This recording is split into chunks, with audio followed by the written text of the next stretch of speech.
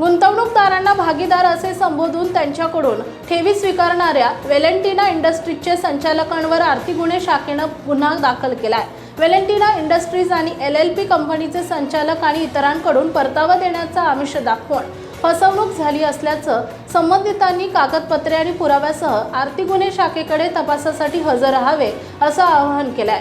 Valentina industries या कंपनीच्या कर्वे रोडवरील सक्सेस स्क्वेअर येथील कार्यालयात आर्थिक गुन्हे शाखेने शनिवारी कारवाई करून संचालक संतोष बांदल आणि ज्ञानेश्वर चोरगे यांच्यावर गुन्हा दाखल केलाय। कंपनीमध्ये वेगवेगळ्या गुंतवणुकीच्या स्कीम गुंतवणूकदारांना आमिष दाखवण्यासाठी तयार करून गुंतवणूकदारांना कागदोपत्री 1% आणि प्रत्यक्षात 5% परतावा देण्याबाबत खोटे आश्वासन दिले। गुंतवणूकदारांना चुकीची माहिती देऊन गुंतवणूक करण्यास प्रवृत्त करून अनियमित ठेवी स्वीकारल्यात। पोलिसांनी कंपनीच्या कार्यालयात तसेच संचालकांच्या घरी छापे टाकून महत्त्वाची काही कागदपत्रे जप्त केली आहेत। कंपनीने जवळपास 2000हून अधिक लोकांकडून 43 कोटी रुपयांच्या ठेवी स्वीकारल्यात।